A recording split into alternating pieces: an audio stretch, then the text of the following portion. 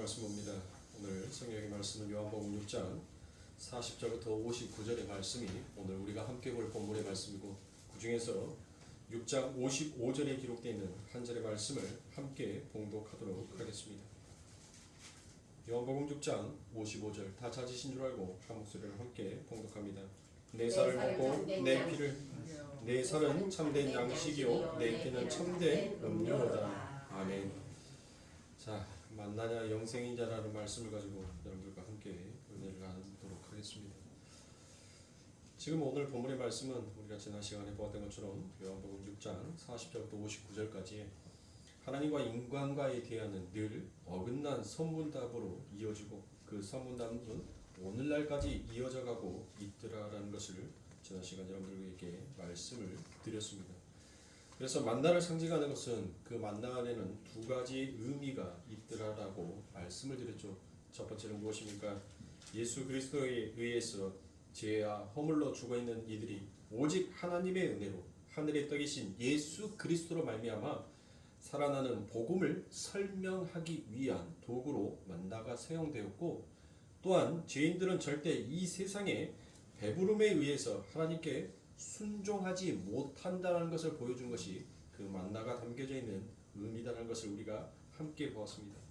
그러므로 오직 하나님의 백성은 하나님의 은혜로만 사는 것이지 자신이 모든 것을 준비하는 자로 사는 것이 아니더란 것입니다.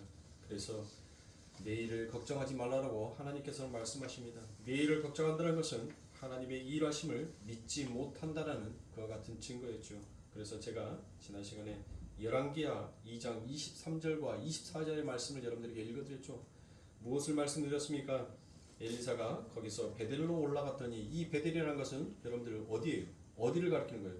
베델, 하나님의 집, 하나님의 초소를 우리가 베델이다라고 얘기를 하죠. 그래서 베들레헴 하면은 떡집이다라고 제가 말씀을 드렸죠. 네, 떡집. 자, 엘리사가 어디로 올라가는 거예요? 하나님의 집에 올라갔어요. 길에 가들 때 젊은 아이들이 성에서 나와서 저를 조롱하여 가로되 대머리여 올라가라, 대머리여 올라가라 하는지라. 엘리사가 돌이켜 저희를 보고 여호와의 이름으로 저주하며 곧 수풀에서 암곤 둘이 나와서 아이 중에 42명을 찢었더라라고 그와 같이 얘기를 합니다. 자, 엘리야가 승천한 뒤 엘리사가 어디로 올라갑니까? 하나님의 집에 올라갑니다. 그런데 그 하나님의 집에 여러분들, 그곳에 무엇이 있었어요? 하나님의 집에 그곳에 금 신상이 있었죠. 그래서 금 송아지를 그들의 하나님이다라고 불렀어요.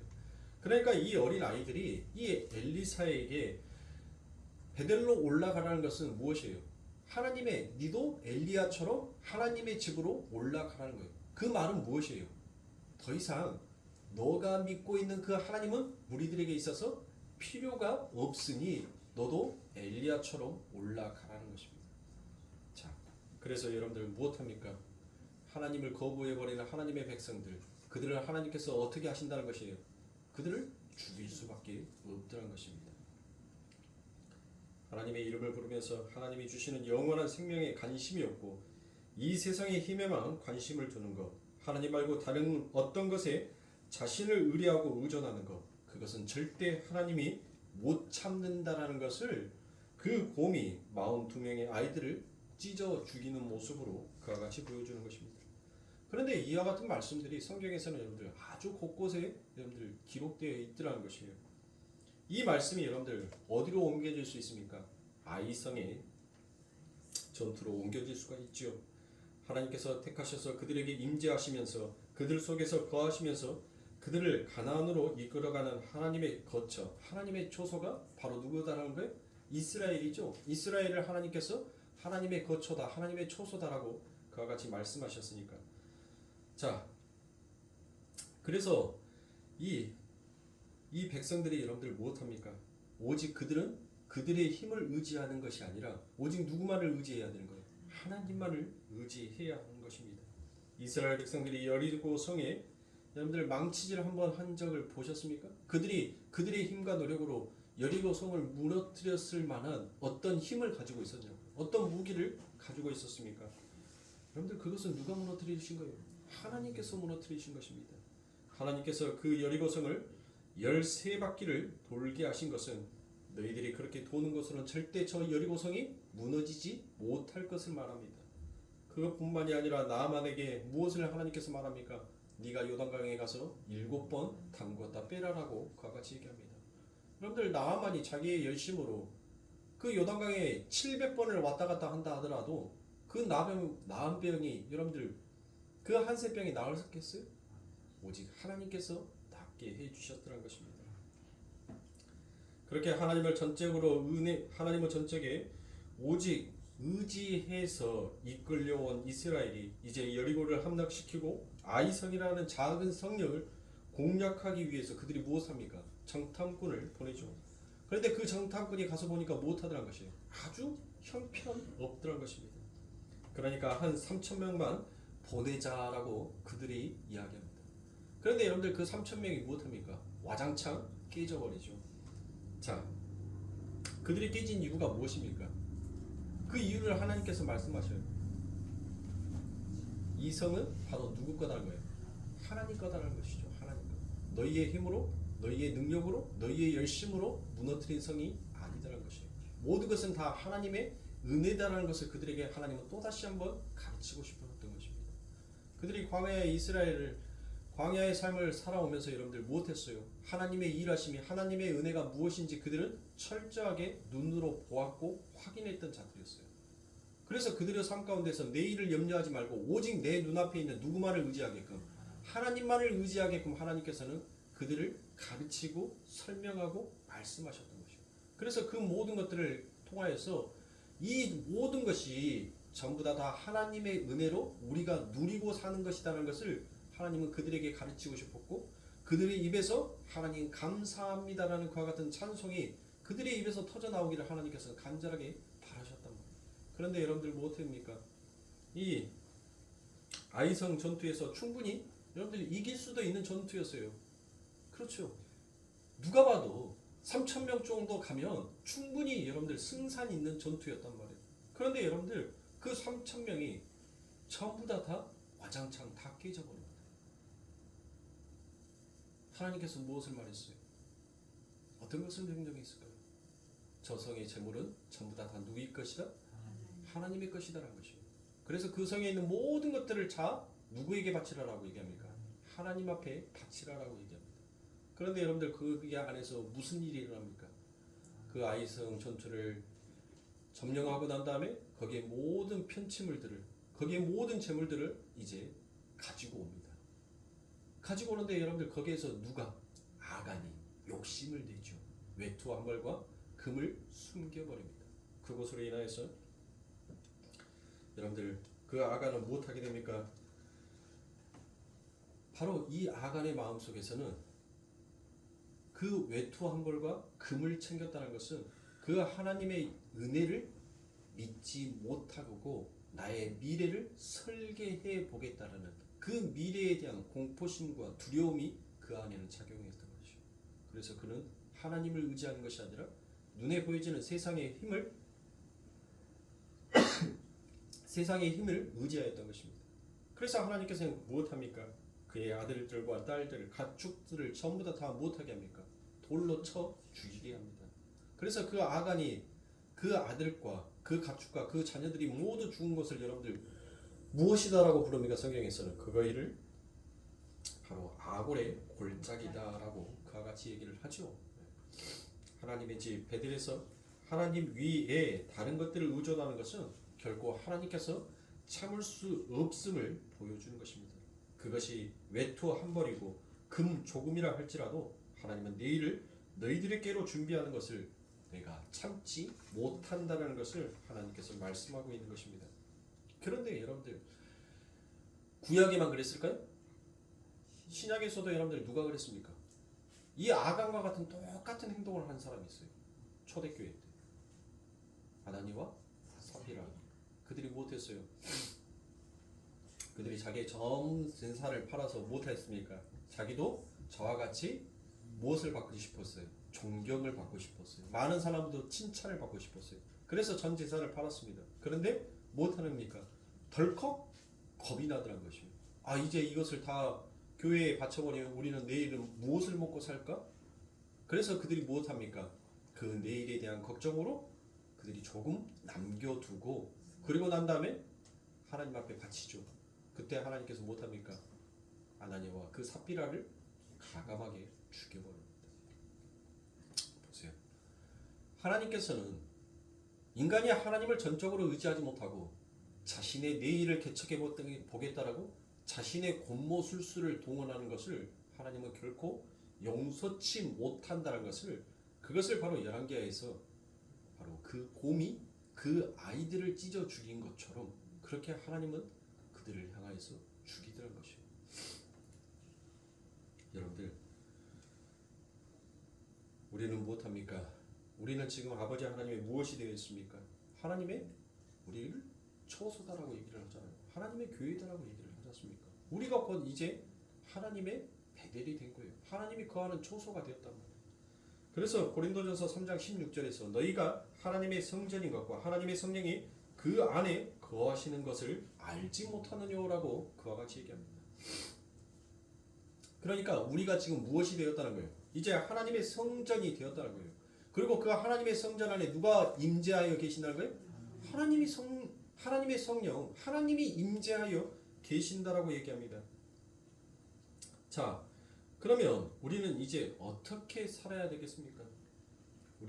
우리가 이 예배당에 와서 하나님 말고 어떤 다른 것들을 찾으면서 거기서 행복을 얻고자 하는 그 자체가 바로 곰이 그 아이를 찢어 죽이는 것처럼 그게 바로 하나님 앞에서는 죄들한 것이에요. 하나님을 전적으로 의지하지 못하고 세상에 또 다른 것을 의지하고 싶어하는 그것이 바로 하나님 보시기에는 무엇이다? 그게 죄다는 거예요. 그게 죄. 어떤 의미에서는 하나님은 그거를 못 참는다라는 그와 같은 의미도 되는 것입니다. 왜냐하면 거기에 아골 골짝, 그 아골 골짝에 여러분들 무엇이 쌓여 있었어요? 시체들이 쌓여 있었죠. 시체들이. 여러분들 그 시체들은 전부 다 무엇을 가리키는 거예요? 다 내일을 걱정하고 내일을 염려하여서 내일을 준비한 자들의 무덤이 바로 어디라는 거예요? 그게 아골 골짜기라는 거예요. 그게 아골 골짜기. 그래서 여러분들 그 아골 골짜기는 시체가 그 마른 뼈가 가득 쌓여 있는 것이에요. 그게 바로 이 세상을 가리키는 것입니다. 이 세상이 전부 다 하나님을 의지하고 하나님 앞에 감사하는 것이 아니라 자신의 열심과 자신의 노력을 도모하여서 내일을 개척하고 내일을 준비해 보겠다라는 그와 같은 마음으로 하루하루를 살더라는 것이에요. 그러니까 그들이 의지하는 것은 하나님이 아니라 바로 이 세상이다라는 것을 하나님께서는 죄로 여기더라는 것입니다. 그렇다고 해서 사랑하는 성도님들, 제가 여러분들에게 이렇게 말씀을 드리는 것은 여러분들의 인생에서 내일을 준비하지 말고 막 살라는 말이 아니에요. 당연히 우리가 이 땅을 살아가면서 여러분들 기름 등불을 준비하는 그 여인들처럼 우리도 준비를 해야죠. 어떤 어려움에 대비해서 여러분들 그것을 닥칠까봐 근검전략하면서 전략하고 여러분들 내게 어떤 위험과 어려움이 닥쳤었을 때 그거를 해결할 수 있는 것을 모색하게끔 여러분들 준비를 하는 것은 마땅해요. 그런데 그것이 내 삶에 있어서 그거를 준비하는 것이 내 삶에 있어서 우선순위가 되어서는 아니 된다라는 것을 저는 여러분들에게 말씀을 드린 거예요. 초등학생도 아니고 멍청이도 아니고 여러분들 이제 알만한 사람들은 제 말을 다 알아먹을 줄 압니다. 여러분들 막 살라는 것이 아니에요. 오늘 벌고 오늘 다 쓰라는 말이 아닙니다. 월급날 되면 어떻게 하시려고? 그 말이 아니에요. 하나님께서는 지금 무엇 하는 거예요? 내일 너희들이 입어야 할 거, 내일 너희들이 먹어야 할 거, 그건 내가 다 이미 준비해 두었다는 것이에요. 우리가 이 세상에 태어났을 때 여러분들, 우리 성도님들 한번 보세요. 내가 어머니의 뱃속에서 태어났을 때 그 젖먹이 아가 있었을 때 발가락만 꼼지락거렸고 피덩이로 쌓여 있었던 우리였어요. 그런 우리가 이 세상 가운데 태어났었을 때 나는 엄마 젖을 먹고 이제 성장하여서 나는 이 세상 가운데 어떠한 사람이 되어야겠다라는 계획을 그 젖먹이 아이가 세웠을까요? 아무도 여러분들 그 계획을 세운 자가 없어요. 그런데 우리 아버지 하나님께서 무엇 하시더라고요?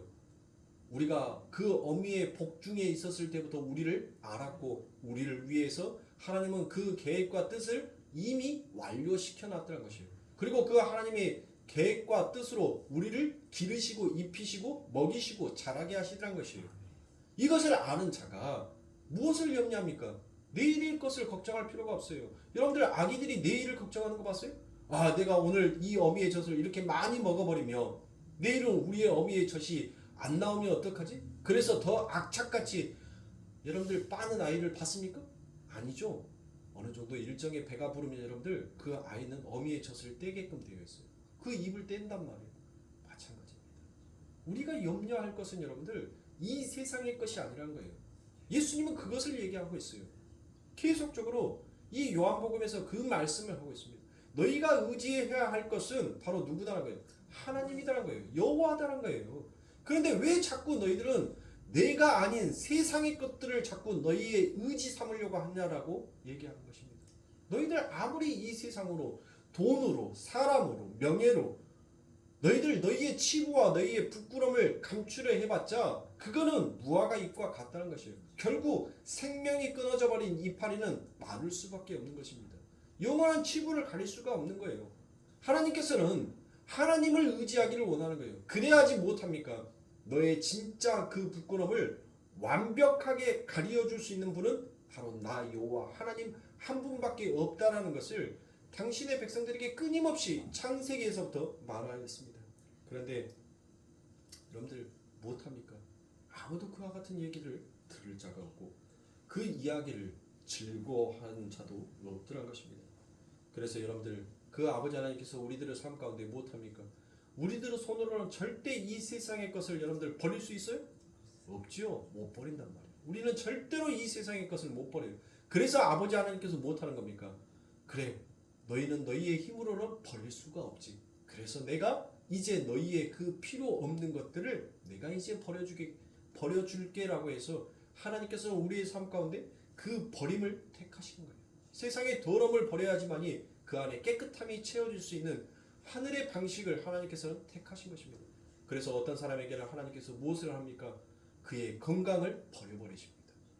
그가 평생 동안 의지하고 있었던 그 건강을 버리게 하십니다. 또 어떤 사람에게는 사업을 망하게 하여서 여러분들 세상에 그것이 나의 의지다라고 여겼던 것들을 무너뜨리게 하십니다. 때로는 어떨 때는 가정을 하나님께서 무너뜨리게 하기도 합니다. 그 가정이 너의 생명을 영원히 지켜줄 수 있는 것이 못 된다는 것을 하나님께서는 가르치신 거예요. 그래서 오직 누구만 의지하게끔 하나님만 의지하게끔. 그런데 여러분들 이 세상에 사는 사람들은 전부 다 그것을 무엇으로 여러분들 여깁니까? 무엇으로 여겨요? 하나님께서 내 건강을 주셨네. 사업을 망하게 하셨네. 우리 집안에 가족을 흐트러 버리셨네. 그것들을 전부 다 그들이 받아들이기는 저주로 받아들이라는 것이에요. 아닙니다. 사랑하는 성도님들, 그것을 하나님의 꼭 심판과 징계로 받아들일 것이 아니라 진짜 하나님의 성도라면 거기에서 무엇을 발휘해야 하는 거예요? 거기에서 믿음을 발휘해야 하는 거예요. 그래서 믿음의 훈련은 여러분들 단번에 나오는 것이 아닙니다. 그 기름등불을 준비했던 여인들이 무엇을 얘기합니까? 다섯 처녀가 내게도 그 기름을 주라라고 얘기합니다. 그러나 이 기름은 너희에게 나누어 줄 수 있는 그와 같은 기름이 아니다라고 얘기를 하죠. 왜요? 여러분들이 눈물을 아무리 흘린다 해도 그 호리병을 가득 채울 수 있는 눈물은 흘릴 수가 없습니다. 그 호리병에 눈물이 한 방울 두 방울 흐르고 흐르다 보니까 그 호리병에 그 눈물이 가득 차게 되는 거예요. 한순간에 여러분들 우리가 눈물을 흘린다고 해서 그 눈물이 가득 찰 수가 없는 거예요. 그 눈물은 끊임없이 주를 향하여서 나의 자신을 보고 회개하면서 내가 하나님의 말씀 앞에 온전히 쓰지 못하는 것을 늘 자복하면서 하나님 앞에 흘린 그 눈물이 한 방울 한 방울 모이다 보니까 그 눈물이 가득 차게 될 때 누구를 만나게 되는 거예요? 하나님을 만나게 되는 것입니다.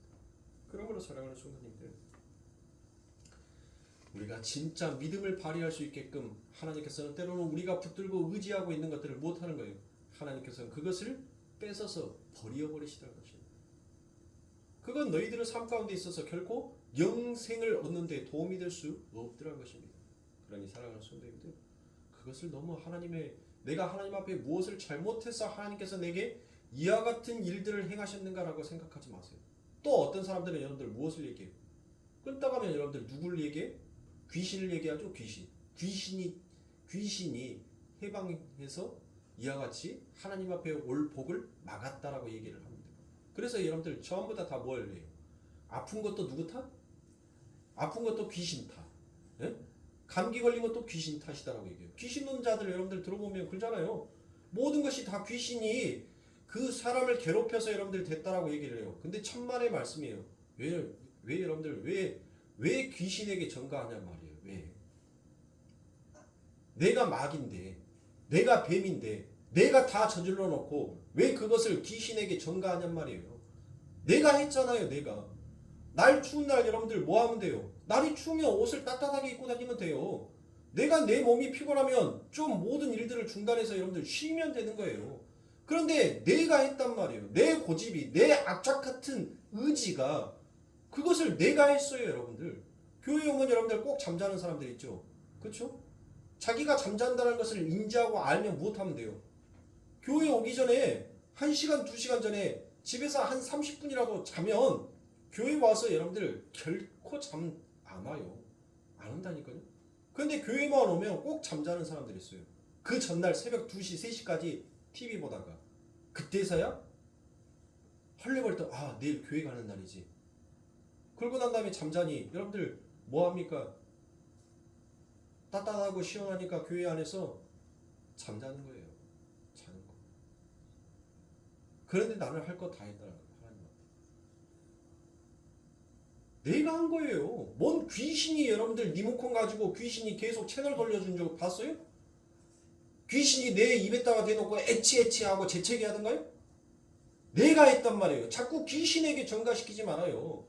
만약에 내가 아파서 내가 병드는 것이 귀신의 탓이라고 한다면 여러분들 이 세상에서 여러분들 죽을 사람 있어요 없어요? 없어요.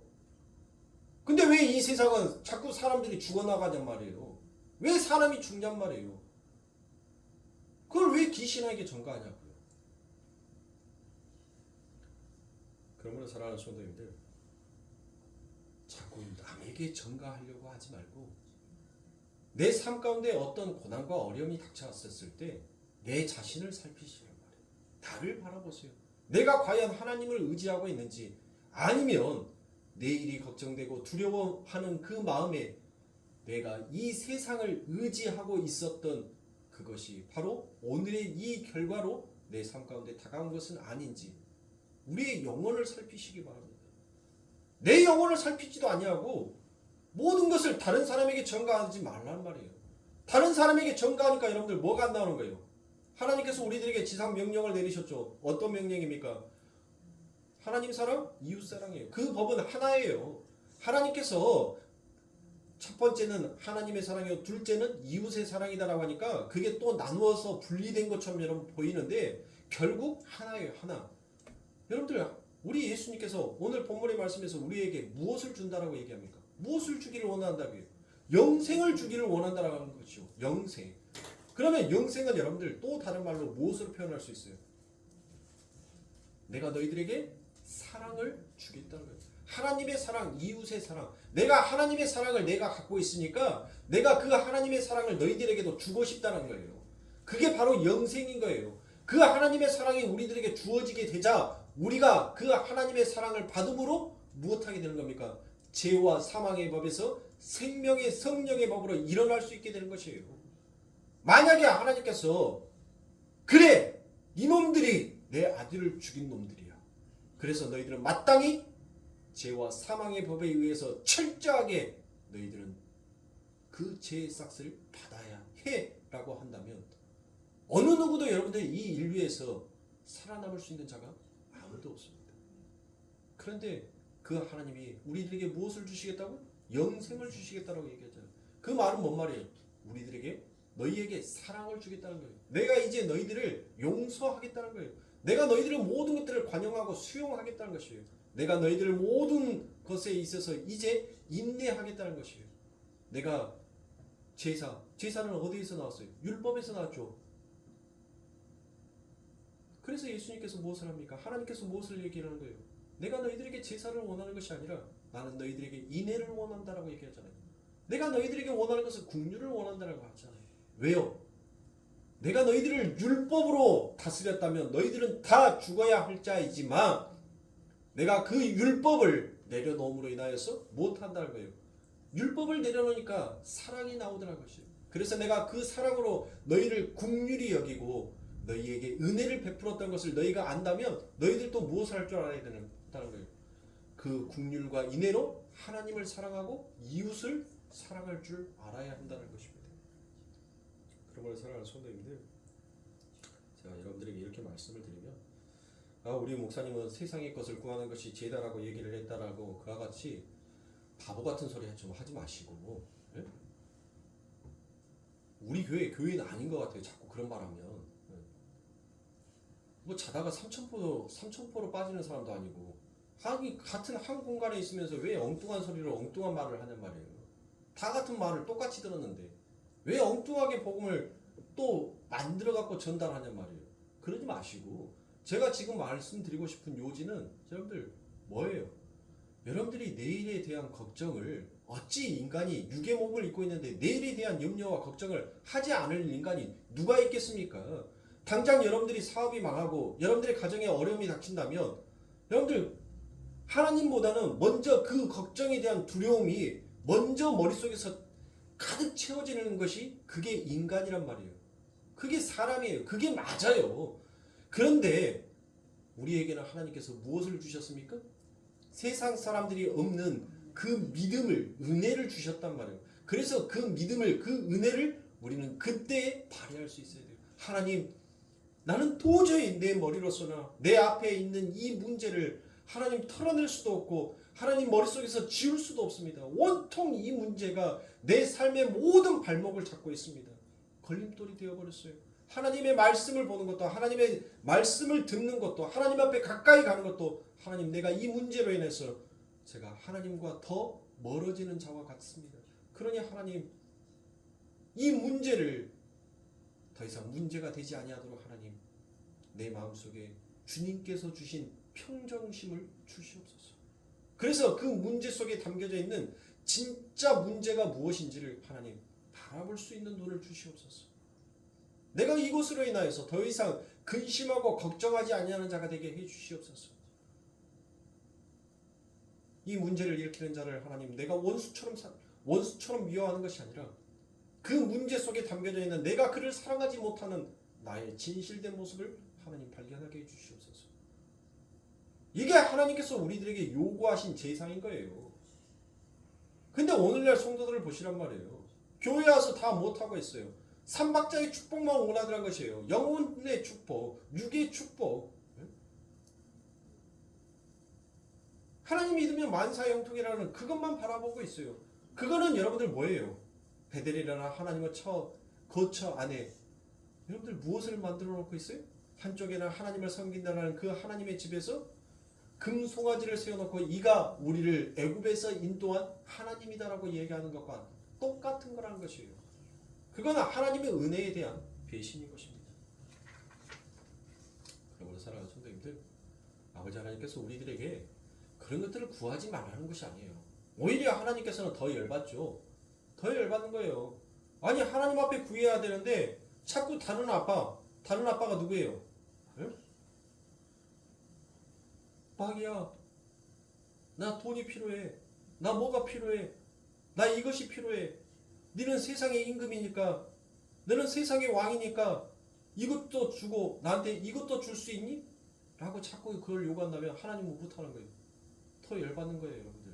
다른 아빠한테 가서 자꾸 자기 자식이 자기 아빠한테 필요한 것을 말하지 않냐고 다른 아빠한테 가서 자꾸 어떤 다른 것을 얘기한다면 여러분들 화나요? 화 안 나요? 당연히 화나죠. 그러니까 우리가 이 땅에서 구하는 것은 먼저인데 그것을 먼저 구하기 전에 우리가 진짜 하나님을 사랑하는 자로 내가 서게 해달라고 그것을 먼저 구할 수 있는 자가 되어야 한다는 것을 제가 우리 성도님들에게 끊임없이 이야기했으니까 이제 더 이상 엉뚱한 말 하면 알아서 하세요. 알아서. 그래서 들을 게 있는 자는 들을지어다라는 그 말씀을 합니다. 자, 이처럼 우리 주님께서는 무엇합니까? 자신의 생존을 위하여서 세상의 떡을 구하려 온 그 무리들에게 악을 골짜기에서 벗어날 수 있는 길은 오직 내가 너희에게 줄 수 있는 그 생명의 떡밖에 없다라는 것을 우리 예수님께서는 강력하게 그들에게 또다시 한번 피력하고 있는 것입니다. 그 말씀이 바로 오늘 본문 48절부터 57절까지의 말씀입니다. 내가 곧 생명의 떡이로다. 너희 조상들은 광야에서 만나를 먹었어도 죽었거니와 이는 하늘로서 내려온 떡이니 사람으로 하여금 먹고 죽지 아니하게 하는 것이니라. 나는 하늘에서 내려온 산떡이니 사람이 이 떡을 먹으면 영생하리라. 나의 줄 떡은 곧 세상의 생명을 위한 내 살이로다 하시니라. 이러므로 유대인들이 서로 다투어 가로되 이 사람이 어찌 능히 제 살을 우리에게 주어 먹게 하겠느냐. 예수께서 이르시되 내가 진실로 진실로 너희에게 이르노니 인자의 살을 먹지 아니하고 인자의 피를 마시지 아니하면 너희 속에 생명이 없느니라. 내 살을 먹고 내 피를 마시는 자는 영생을 가졌고 마지막 날에 내가 그를 다시 살리리니 내 살은 참된 양식이요 내 피는 참된 음료로다. 내 살을 먹고 내 피를 마시는 자는 내 안에 거하고 나도 그 안에 거하나니 살아계신 하나님께서 나를 보내심에 내가 아버지로 인하여 사는 것 같이 나를 먹는 그 사람도 나로 인하여 살리라 라고 이와 같이 얘기합니다. 더 이상 여러분들 그 어떤 설명을 드리겠어요? 어떤 말씀을 드리겠냐고요?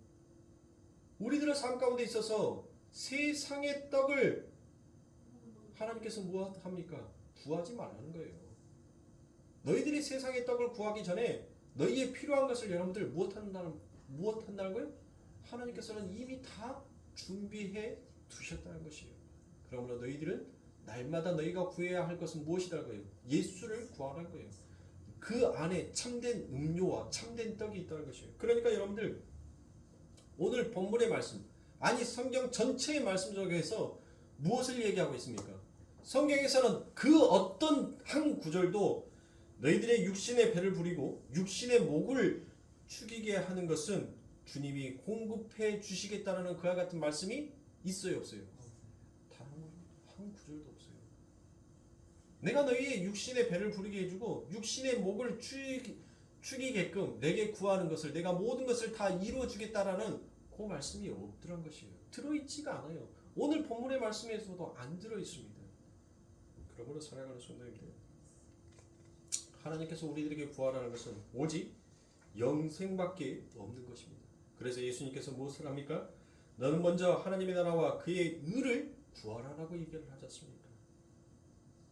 공중에 나는 새와 들에 피는 백합하늘 보라라고 얘기를 하잖아요. 그들을 먹이시고 입히시는 그 하나님께서 너희일까 보냐라고 얘기를 하잖아요.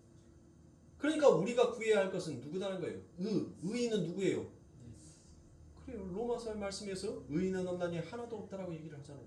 이 세상에서의 의는 없어요. 오직 예수 그리스도의 의밖에 없다는 거예요. 그러니까 너희들이 구해야 할 것은 무엇이라는 것이에요.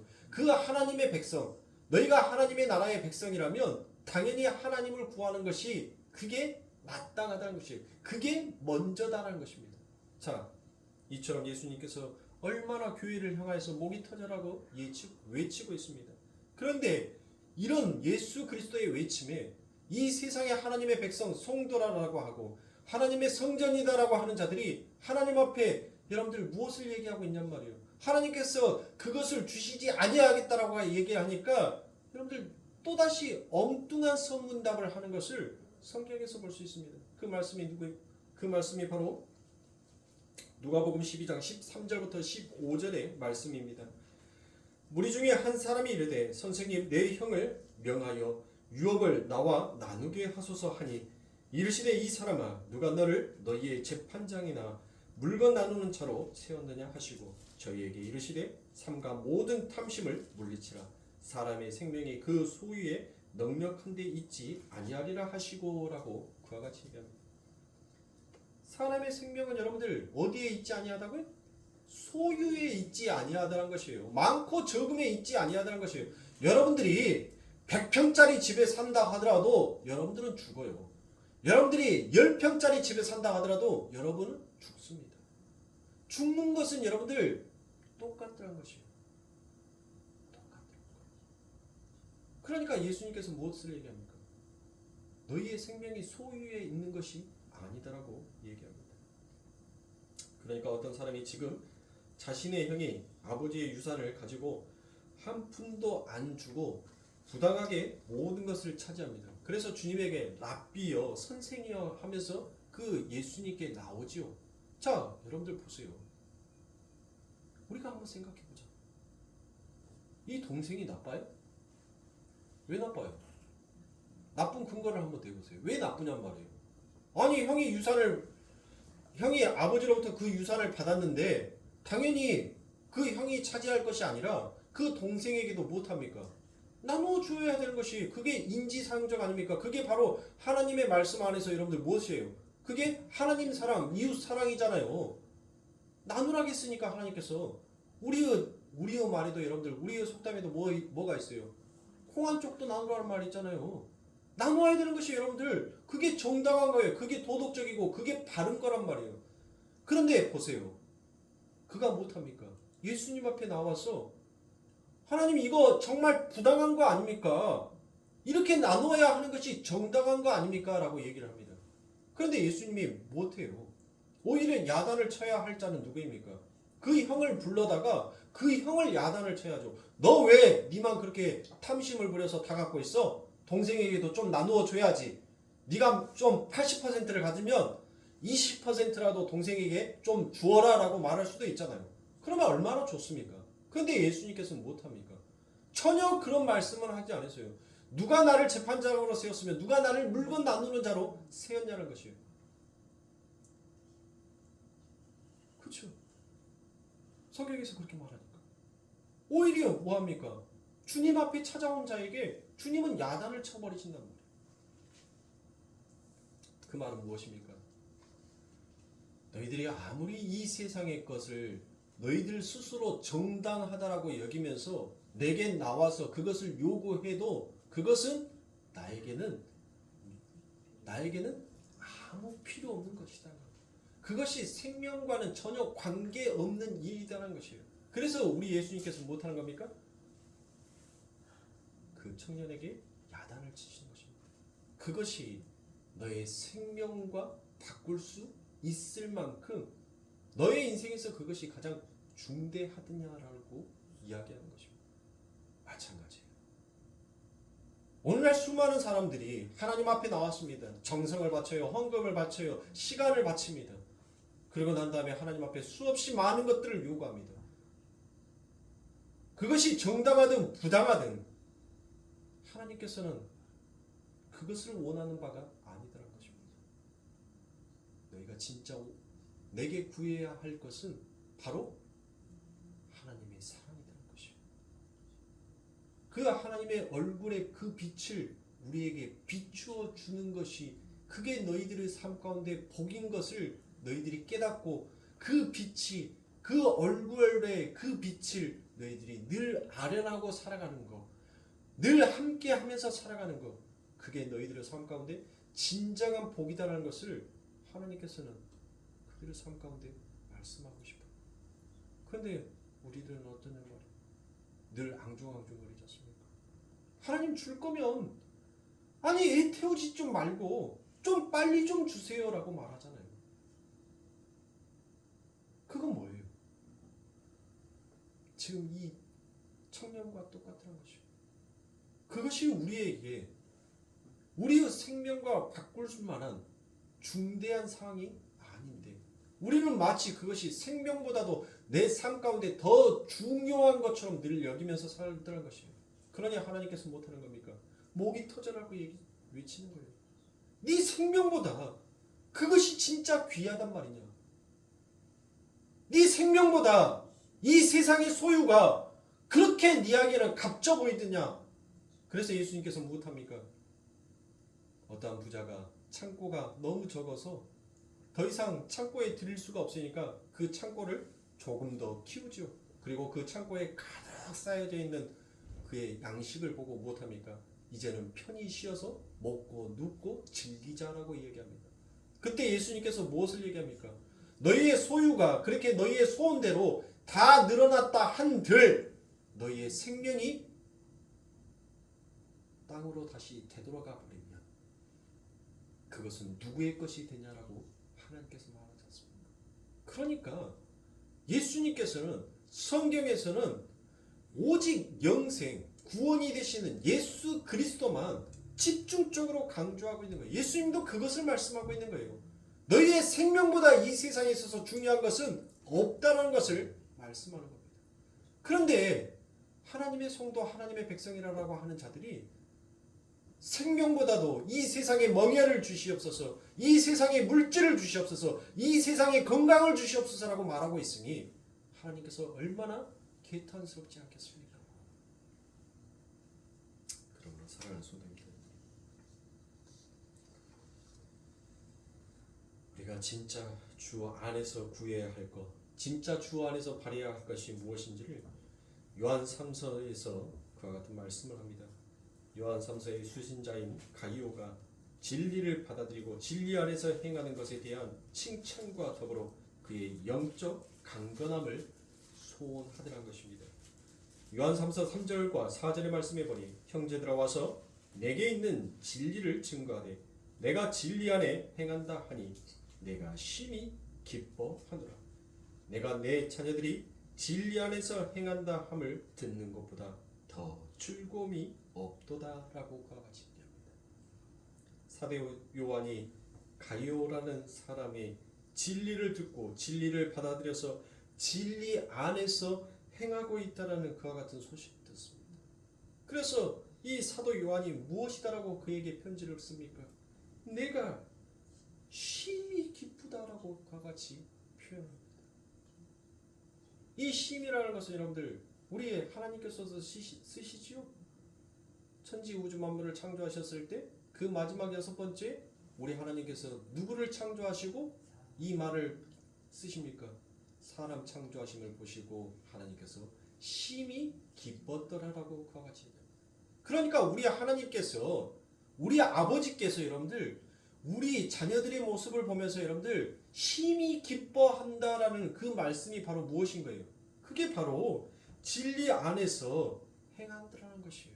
진리를 받아들이고 진리를 듣고 진리를 받아들여서 진리 안에서 행하는 그 아들의 모습, 그 자녀의 모습을 볼 때 우리 아버지 하나님께서 마치 인간을 자신의 형상과 똑같이 창조하셨을 때 그때 표현했던 그 심히 기뻐하더라는 그 표현으로 하나님께서는 기뻐하더라는 것이에요. 그러면 여러분들 이 요한 3서 1절과 2절에서는 여러분들 이 사도 요한이 그의 먼저 인사말을 시작을 하죠. 그런데 그 인사말이 무엇으로 시작합니까? 여러분들이 너무나 좋아하는 구절입니다. 장로는 사랑하는 가이오 곧 나의 참으로 사랑하는 자에게 편지하노라. 사랑하는 자여 내 영혼이 잘됨같이 내가 범사에 잘되고 강건하기를 내가 간구하노라라고 이와 같이 얘기합니다. 여러분들 보세요. 앞에 뒤에 있는 것 똑똑 다 잘라내고 내 영혼이 잘됨같이 내가 범사에 잘되고 강건하기를 내가 간구하노라. 사람들이 정말 좋아하는 구절이죠. 이걸 가지고 여러분들 삼박자를 얘기하더란 것이에요. 이 땅에서 살면서 땅에서도 잘되고 하늘에서도 잘되는 것을 이야기합니다.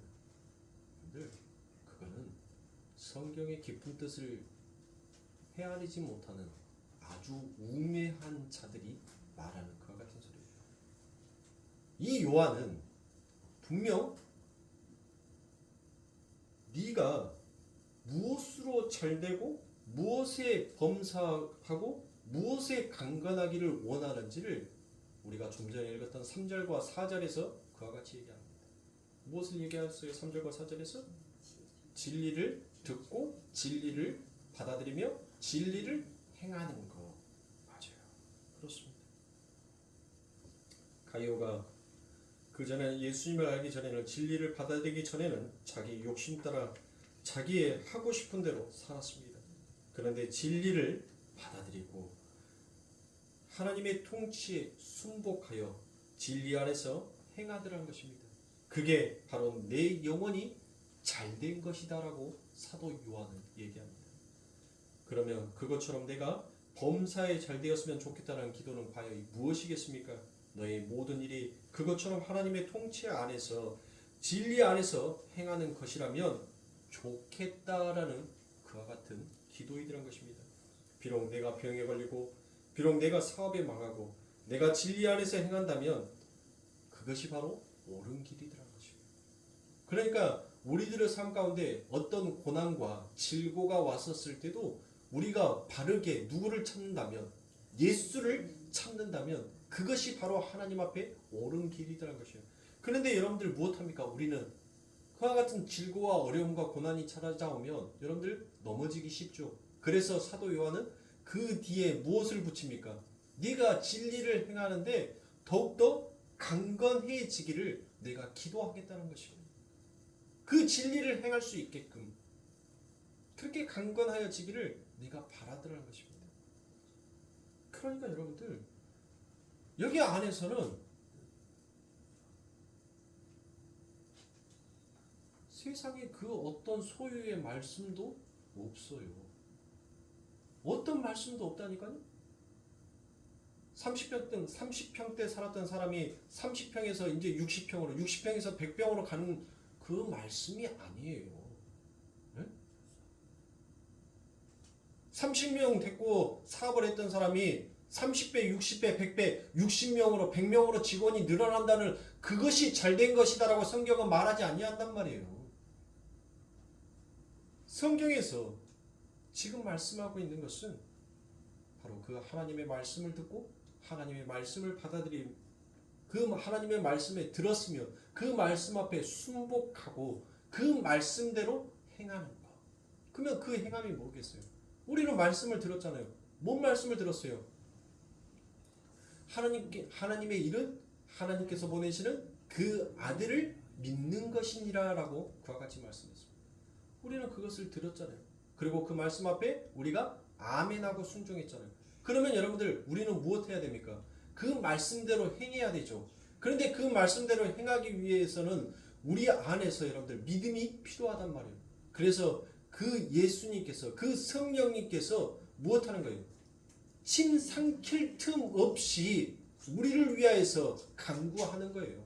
하나님 저들이 진짜 길이요 진리요 생명이 되신 예수 그리스도를 그들의 삶 가운데서 바라보고 순종하면서 걸어갈 수 있게끔 행할 수 있게끔 그 믿음이 나올 수 있게끔 주님 저들을 더욱더 강건한 자로 저들에게 하나님의 사랑을 하나님의 은혜를 마음껏 부어주세요라고 늘 그와 같이 기도하더라는 거예요.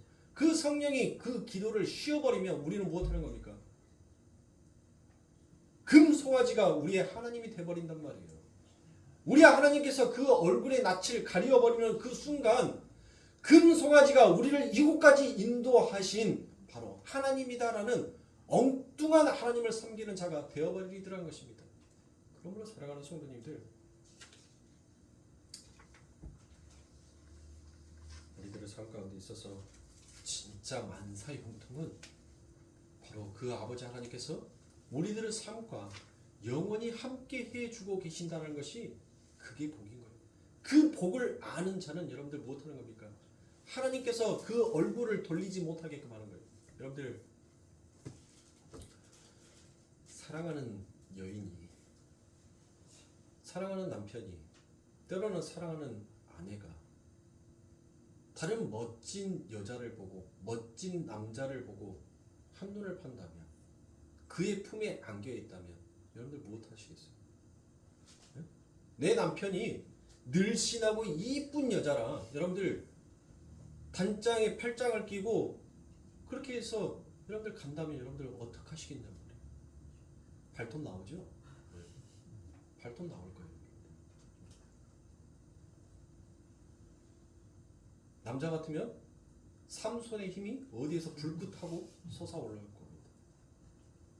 마찬가지 우리가 하나님을 사랑하지 않냐고 세상을 사랑하는 것이 하나님의 눈에는 마치 그와 같은 것입니다. 그런 하나님을 화나게 하지 마세요. 왜 하나님을 화나게 만드시냔 말이에요. 하나님께서 우리들에게 뭐 하라고 얘기했습니까? 너 그 자리에서 가만히만 있어. 너 그 자리에서 미동하지 말고 가만히 있어. 내가 다 해줄게. 나는 너를 위해서 내 모든 계획을 다 세워놨어. 너 그 자리에 가만히만 있어. 호세아가 우리가 새벽기도 때 호세아 말씀을 보니까 호세아가 뭐라고 얘기합니까? 고멜에게 네 뭐 하려고 하지 마. 내가 다 해줄 테니까 너 이제 가만히 내 옆에만 있어. 가만히 내 옆에만 있으면 내가 너를 위해서 모든 것을 다 해주겠다라고 얘기를 하잖아요. 근데 이 고멜이 무엇합니까? 코세를 못 참고 여러분들 뭐예요? 개벌은 나무 못 준다고. 금세 또 세상을 향해서 킁킁거리고 돌아다니더란 것이죠. 사랑하는 성도들, 하나님의 말씀 앞에 더욱더 강건한 자가 되시기를 여러분들 강구하세요. 여러분들이 세상의 것을 구하는 것이 나쁘다라고 제가 말씀을 드리는 것이 아니잖아요. 그런데 우리가 먼저 구해야 할 것이 있다는 것을 우리는 잊으면 아니 된다는 거예요. 우리가 하나님을 믿는 목적과 이유가 무엇인지를 불투명하게 믿지 마시란 말이에요. 그거는 종교의 행위예요. 모든 종교들이 자신이 만들어놓은 신 앞에 자신의 잘됨과 자신의 복을 빌고 있더란 것이에요. 근데 우리는 세상의 종교와 다르다라고 얘기를 하잖아요. 그러면 다르면 뭐가 다른지를 알아야죠. 뭐가 다른지도 모르면서 종교의 행위를 하고 있다는 것은 우리 하나님을 세상의 온갖 잡신과 똑같이 취급하는 것과 뭐가 다르냔 말이에요. 입으로는 살아계신 하나님이라 해놓고 말과 행동은 마치 세상의 목석과 돌로 깎아놓은 그와 같은 세상의 우상들과 똑같이 섬기고 있다면 그게 어찌 하나님의 자녀다라고 말할 수 있으며 이 기독교가 살아있는 움직이는 하나님의 교회다라고 말할 수 있겠냔 말이에요. 강구하십시오. 하나님, 내 안에 하나님의 그 사랑이, 하나님의 나를 향한 그 얼굴의 비침이 하나님 내게서 멀어지지 아니하게끔 주시옵소서. 그것을 먼저 간절하게 간구하실 수 있는 성도가 되어야 됩니다. 그런 마음을 늘 먼저 가질 수 있게끔 우리들의 신앙의 믿음을 늘 훈련해야 하는 거예요. 그리고 난 다음에 기도하세요. 하나님, 내 삶 가운데 이런 어려움이 있습니다. 그것이 하나님께서 우리들에게 허락하여 주신 그 영생의 생명과는 비교할 수 없는 거지만 연약한 육의 몸을 입고 있기에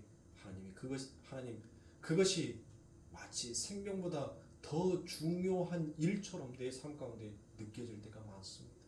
이것을 하나님 십자가에 내려놓지 못한 저의 믿음 없음을 주여 용서하여 주시고 하나님의 국률로서 저를 아버지 하나님의 드높은 십자가로 올려주세요. 저를 일으켜 세워주세요. 그렇게 간구하는 것이 맞다는 것이에요. 근데 오늘날은 그게 빠져버렸죠. 하나님 앞에 강건해지기를 원하는 그 기도가 먼저 빠져버렸단 말이에요. 그리고 난 다음에 늘 하나님 앞에 무엇합니까? 하나님 이것도 해주시고요. 이것도 있고요. 이것도 있고 이것 때문에. 우리의 기도 속에서 사랑하는 성도님들 한번 보잔 말이에요. 하나님, 내가 오늘 무슨 죄를 지어서 하나님 제가 하나님 앞에 송구하고요. 죄송하고요. 그게 회개라고 합니까? 그 회개 왜 하는 거예요? 벌 받을까 봐? 그거 말 안 하면 하나님께서 날 용서해 주시지 않아야 할까 봐? 그건 불신앙이에요. 여러분들이 기도하든 기도하지 아니하든 하나님께서는 우리를 이미 용서하시고 사랑하셨다는 것입니다. 너희가 아직 죄인 되었을 때, 너희가 아직 나와 원수 되었을 때 나는 너희들을 사랑했다라고 하시는 그 하나님의 말씀을 믿지 못하는 증거인 것이에요.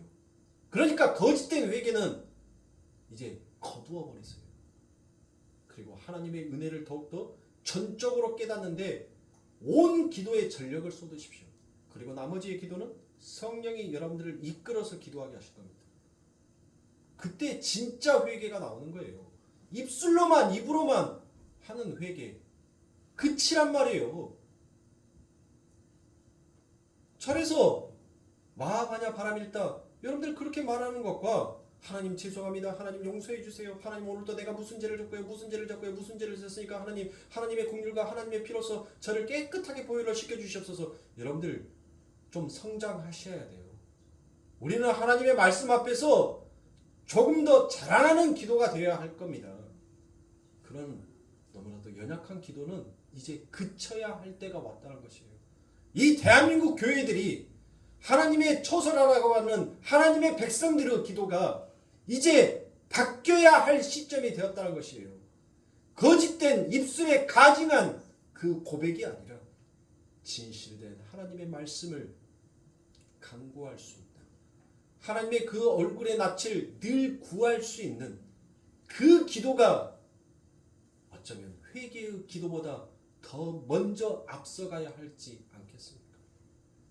하나님의 은혜가 무엇인지도 모르고 하나님께서 우리에게 주신 그 영생이 얼마나 값진 것인지도 모르는 자들이 하나님 앞에 입으로만 하나님 용서해 주세요라고 그같이 말한들 그것이 진짜 용서함이 됩니까? 하나님께서 우리들이 하나님 용서해 주세요라고 말했는데 하나님이 나 싫어? 나 네 가증한 회개의 기도 난 못 받겠어. 난 너의 기도가 뜨뜻미지근해서 난 토해버릴 거야. 난 너 기도 못 받겠어라고 한다면 여러분들 뭐라고 하실 거예요? 여러분들 기껏 하나님 앞에 하나님 잘못했습니다라고 얘기를 했는데 하나님께서 네 기도 가증스러워서 나 못 받겠어. 그때 가서 뭐라고 하실 거예요? 할 말 없는 것이 우리예요. 어떤 것으로도 우리는 하나님 앞에서 할 말이 없는 자야. 할 말이 없는 자. 그게 진짜 은혜를 깨닫는 자인 것입니다. 그러므로 사랑하는 성도님들, 우리가 가지고 있는 이 율법의 틀, 이스라엘 백성들이 가지고 있었던 그 율법의 틀처럼 오늘날 교회들이 가지고 있는 그 율법의 틀을 깨시란 말이에요.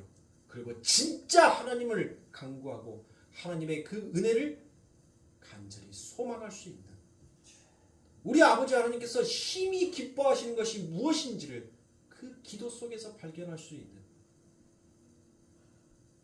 그런 백성을 하나님께서 원하신다는 것을 사랑하는 성도들 잊지 마시고 이 말씀으로 하루하루를 살아가시면서 그렇게 믿음의 단을 쌓아가시는 우리 성도님들이 되시기를 주님의 이름으로 축원합니다. 기도하겠습니다.